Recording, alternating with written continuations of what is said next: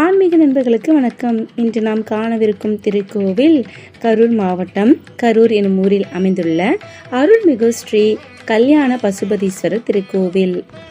கோவிலின் மூலவர் பசுபதீஸ்வரர், பசுபதிநாதர், பசுபதி ஆனிலையப்பர் என்றும், தாயார் அலங்காரவள்ளி சவுந்தரநாயகி கிருபாநாயகி என்றும் அழைக்கப்படுகிறார். கோவிலின் தலவிருட்சம் வஞ்சி மரம். தீர்த்தம் தடாகை தீர்த்தம், அம்பிரவதி அமராவதி நதி. கோவிலுக்குள் நுழையும் பொழுது கருங்கல்லால் ஆன கொடிமரம் துவஜஸ்தம்பம் உள்ளது. இதில் ஒரு பக்கத்தில் புகழ் சோழ நாயனார் கையில் தலையோடு கூடிய தட்டுடன் நிற்கும் சிற்பம் உள்ளது. மறுபுறத்தில் பசு சிவலிங்கத்தை நாவால் வாடுவது போலவும், அதன் பின் கால்களுக்கிடையில் பால் மடிக்கு நேர்கீழே சிவலிங்கம் அமைந்துள்ளதான சிற்பமும் உள்ளது. புகழ் சோழர் மண்டபமும் நூற்றுக்கால் மண்டபமும் உள்ளது. சோழர்கள் இருந்து அரசாண்ட 5 தலைநகரங்களுள் இந்நகரமும் ஒன்று.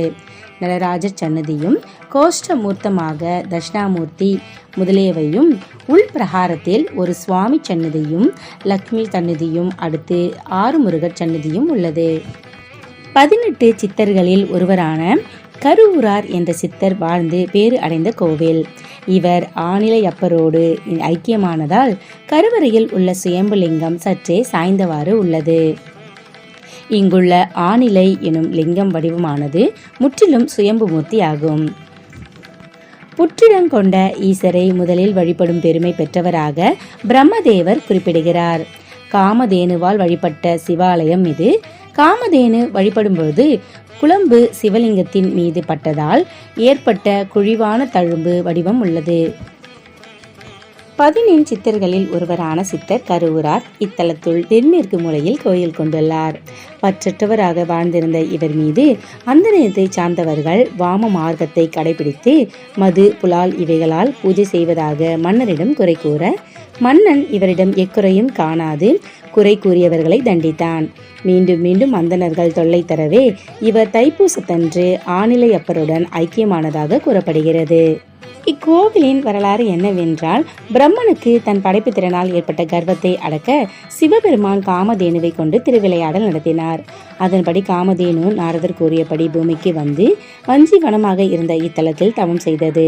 அப்பொழுது புற்று ஒன்றுக்குள் பாதாளத்தில் ஆதிலிங்கம் இருக்கும், அதை வழிபடு என்று அசிரிரி கேட்டது. அதன்படி காமதேனுவும் தன் மடியில் இருந்த பாலை சொரிந்து தினமும் வழிபாடு செய்தது. ஒரு நாள் இறைவன் திருமுடியில் காமதேனுவின் குழம்பு பட்டுவிடவே லிங்கத்தில் ரத்தம் வந்தது. இதனால் காமதேனு மனம் வருந்தியது.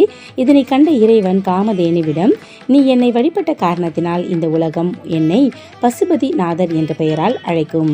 அத்துடன் நீயும் பிரம்மனை போல் படைப்பு தொழில் செய்வாய் என்று வரம் தந்தார். அதன்படி காமதேனுவும் படைப்பு தொழில் செய்ய பிரம்மன் கர்வம் நீங்கினான். இதையடுத்து இறைவன் படைப்பு தொழிலை பிரம்மனிடம் ஒப்படைத்துவிட்டு காமதேனுவை சொர்க்கத்திற்கு அழைத்து கொண்டார் என்று இத்தல வரலாறு கூறுகிறது. இங்கு சிவன் சுயம்புமூர்த்தியாக அருள்பாலிக்கிறார். ஆவுடையார் சதுரமாக உள்ளது. மாசி மாதத்தில் 5 நாட்கள் சுவாமி மீது சூரிய ஒளி படுகிறது. இக்கோவிலின் பிரார்த்தனை என்னவென்றால், ஆனிலையப்பரை வழிபட்டால் மனத்துயரம் நீங்கும். கல்யாண வரம், குழந்தை வரம் வேண்டுவோர் இத்தலம் வந்து வழிபடலாம். இத்தலத்து ஈசனை வணங்குவோருக்கு மன அமைதி கிடைக்கும். மேலும் வேலை வாய்ப்பு, தொழில் விருத்தி, உத்தியோக உயர்வு ஆகியவற்றுக்காகவும் இங்கு பிரார்த்தனை செய்தால் சுவாமி பக்தர்களது வேண்டுதல்களை நிச்சயம் நிறைவேற்றி கொடுப்பார். வேண்டுதல் நிறைவேறியவர்கள் அபிஷேகம் மற்றும் தாலி ஆபரணங்கள் ஆகியவற்றை காணிக்கையாக பக்தர்கள் செலுத்துகிறார்கள். சுவாமிக்கு பால், தயிர், இளநீர், எண்ணெய் அபிஷேகம் செய்யலாம். மேலும் சுவாமிக்கு வேட்டி படைத்தல், அம்பாளுக்கு சேலை வழங்குதல், கோவிலுக்கு வரும் பக்தர்களுக்கு அன்னதானம் படைத்தல் ஆகியவற்றை செய்யலாம். சுவாமிக்கு நைவேத்தியம் செய்து பக்தர்களுக்கு விநியோகிக்கலாம். கோவிலின் திருவிழாக்கள்: பங்குனி உத்திர திருவிழா 13 நாட்கள், மார்கழி திருவிழா, ஆருத்ர தரிசனம் 13 நாட்கள், பிரதோஷ காலங்கள், குரு பெயர்ச்சி, சனி பெயர்ச்சி மற்றும் பௌர்ணமி நாட்களில் கோயில்களில் பக்தர்கள் கூட்டம் பெருமளவில் இருக்கும்.